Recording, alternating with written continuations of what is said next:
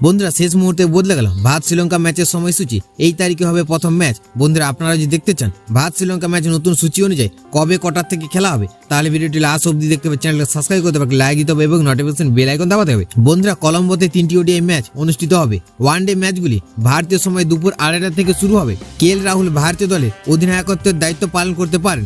আসন্ন ওডিআই সিরিজে টি-20 দলের নেতৃত্ব সামলাবেন হার্দিক পান্ডিয়া। বন্ধুরা আগের সূচি অনুযায়ী 26শে জুলাই থেকে সিরিজ শুরু হওয়ার কথা ছিল।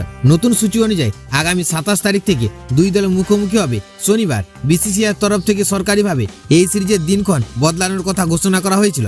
26, 28 ও 30শে জুলাই 3টি টি-20 ম্যাচ খেলা হবে। 3টি ম্যাচে শ্রীলঙ্কার বিখ্যাত পাল্লেকেলেতে আয়োজিত হবে। 20 ওভারের ম্যাচগুলি ভারতীয় সময় সন্ধ্যা 7টায় শুরু হবে। টি-20 ফরম্যাটের দিন বদলির পরে ওডিআই ফরম্যাটের বদলে গেল সময়সূচি। আগস্ট মাসের 1 তারিখে প্রথম ওডিআই ম্যাচটি শুরু হওয়ার কথা ছিল, তার পরিবর্তে আগস্ট মাসে দ্বিতীয় দিনে শুরু হবে ওডিআই সিরিজের প্রথম ম্যাচটি। পাশাপাশি দ্বিতীয় ও তৃতীয় ম্যাচটি খেলা হবে 4 আগস্ট এবং 7 আগস্ট।